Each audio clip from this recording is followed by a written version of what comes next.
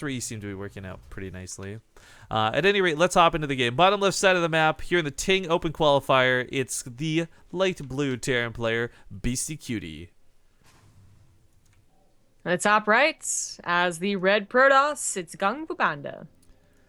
Being asked in chat, Beastyqt TV, Zombie Up, how do we nerf Jesse? I guess you just have to shut him down in some StarCraft games or something. I mean, he keeps challenging you all with his Jesse could kick your ass statements.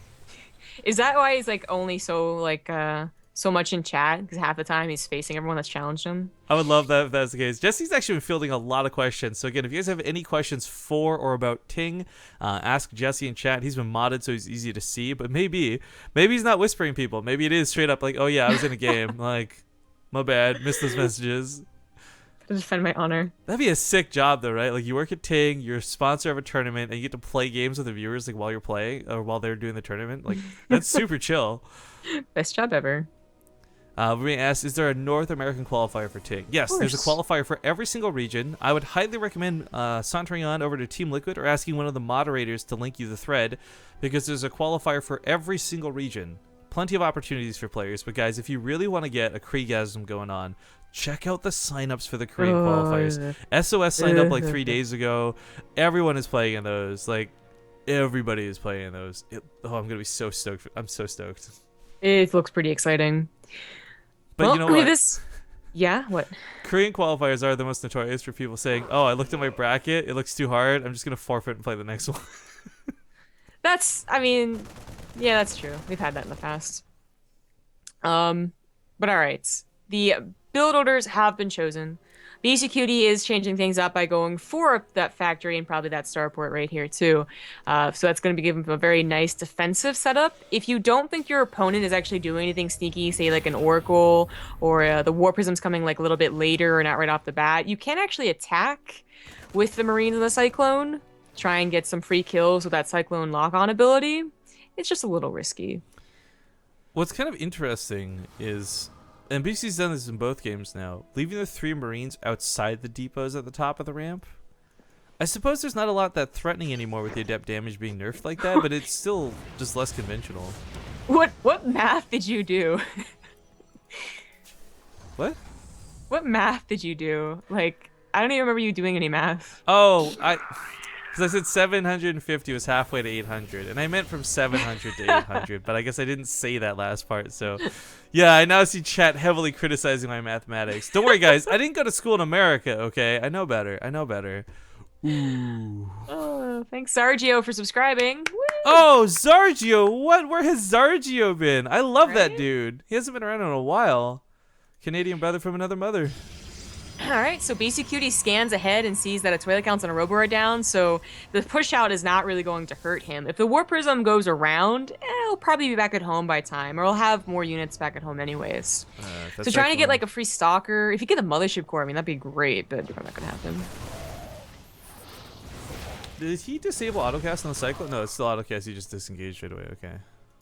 Mm-hmm. I was going to say, because that doesn't normally fire a shot without locking on. But he decides to head back home, and oh, you're right. Like he might catch this warp prism. Oh, trajectories. Someone who's good at math, because I'm apparently not. Yeah, he's gonna run into the Marines. Okay, he's paying attention. But still, this alerts him to the fact that there is in fact a warp prism in the field. It was guessing game before, and that's why you get the Cyclone. Now he's gonna have this patrol most likely either over here or over here, while the Marines are in the other spot. In fact, there's already turrets down. Beastie is so set for this, or should be. Should be. He's definitely playing a more defensive game than last game. I mean, he won based off his defense, and that wouldn't mind harass, of course, as well. But he was set up nicely for a Blink Stalker attack. You know, this type of defense is different. It's not like a full frontal assault in your face. It's going to be harassment based. But as I say that, GunGFuBanDa does move his army across the field, so maybe he is going to try and break that ramp. I don't think it's going to happen though. Good snipe on that observer. Yeah. I mean, he can stop the 3rd from going down instantly, I suppose, but he's definitely not going to break Beastyqt. Now with 2, almost 3 tanks, a Cyclone still alive, that War Prism has to be very careful with where it places itself. Beastyqt sees that a 3rd is going down, so he's not going to be deceived and think it's more than it really is, basically. That tank range is, like, accidentally perfect, by the way. Just want to throw that out there. What if he knew that was perfect? Huh? Huh? What if he's that good with tanks? I don't think there's a single Terran player who Huh? measures things in pixels when it comes to positioning. You don't know. Like, I knew that it might be pixels. You know, actually, if there's someone was that good at the game, they'd be a BlizzCon champion. Actually, there were a couple of spots went back when in Wings of Liberty, because you actually use tanks commonly in Wings of Liberty, that you would know exactly where to put your like tank on the high ground or like right near that cliff type of stuff. Yeah, Tal'Darim Altar Man. Aw, yeah, man, what the hell? Sniping these observers left and right. Beastie with the eagle eyes. I mean, it's really refreshing to see considering just how complacent Terran players have been about picking off observers through this whole expansion so far. I don't think it's because everyone got bad. I think everyone just stopped like wanting to waste scans on them. But I actually like this quite a bit. Stalkers blink in. Gets a little bit scary. Not a full force field either.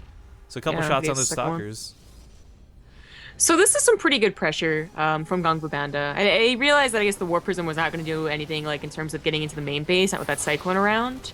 But delaying this third base is pretty important. Beastyqt delayed his tech to get a much faster third base, and he really would have loved for it to already be down and ready to go, basically competing with GunGFuBanDa's third base.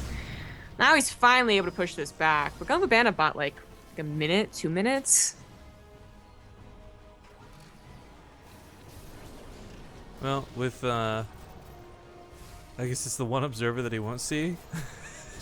BC's good at seeing movement. He can't see something that's standing still. He's like a T-Rex that way. Oh, wait a minute. Oh, wait a minute. He does. Wait, that energy. He's got the energy. Well, he needs to scan if he's gonna go ahead and drop. Stim is almost done. The scan does go down. All right. GunGFuBanDa, just keep your observers elsewhere. Yeah, actually, how many have got? That's like 4, right? No, 3. Excuse me. 3. It's not super devastating, but it's not good either. We do have DTs coming up next, and the funny thing is because Beastie has burned a lot of scans, GunGFuBanDa may be hoping, okay, my opponent might not have a lot of energy left for those scans, but that's not going to be an issue, not yet at least. So yes, he has to deal with the DTs first, but my other concern right now is if Beastyqt is going to go up to another starport and go for Liberators. He got Liberators last game. I thought that's the direction he's going to go for this one too, but he's still pumping out those tanks. Does he see these? Like, oh, come on. Are you that good at the game, Beastie? No. He did not. That's so awkward for the DT to just be standing there too. It's better than moving. Although he comes back, maybe he sees the shimmer. Oh. I mean, GunGFuBanDa's got to be sitting here thinking, like, okay, he's killed 3 observers easily. Like, how is he not, like... You know, these are the DTs in the corner of the house and the killers are nearby and they're breathing deep, trying so hard not to, like, notice. The wall's almost done. That's the worst part. If this guy had, like, a full-on wall, I don't know that those DTs would be so scary. But he's fully moving out. Production doesn't deal with DTs that hot. The depots are down! Worst feeling ever as a Terran player. Oh, no. Oh, he's still in the middle of the map, too. And you can't just like, aim move with this type of army. Like, oh, God. DT is starting to do that damage. This has turned into an all-in. SVs are getting pulled. Oh, Jesus. So going for the all-in here, though, that is a significant amount of tanks. And the medevacs actually have to be worried because feedbacks, you don't want to have a tank in you and get feedback, but there's storms in just a moment's time, and I don't know how this is going to go for Beastie. The idea here is kind of the same way as tanks would zone out infestors. Tanks will try and zone out the High Templar, but everything in the Protoss army can take a hit. That's what makes Protoss so difficult for Terran to deal with. And tanks... Well, for all the complaints you ever hear, tanks don't do a lot of damage. He did manage to clean up all 3 DTs. That's actually kind of impressive. Usually one always escapes. So this isn't quite an all-in, and actually takes a pretty decent fight. Oh, the Protoss army... Storm finish. One of the big problems with this engagement was the tanks were firing on the Zealots. Yeah. Beastie loses everything in a heartbeat. Try and pick him and get out of there.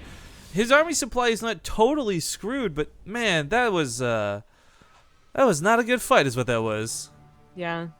It started out nice if the tanks had been firing on that big old clump of units. Because Beastyqt's bio army was actually able to kite and run away. But it's still not over, and the 4th base already being taken looks pretty nice. I mean, obviously, you know, GunGFuBanDa's 4th is already down. The upgrades are pretty... I guess they're nice enough. 1-2 versus 1-1. And Liberators are on the way.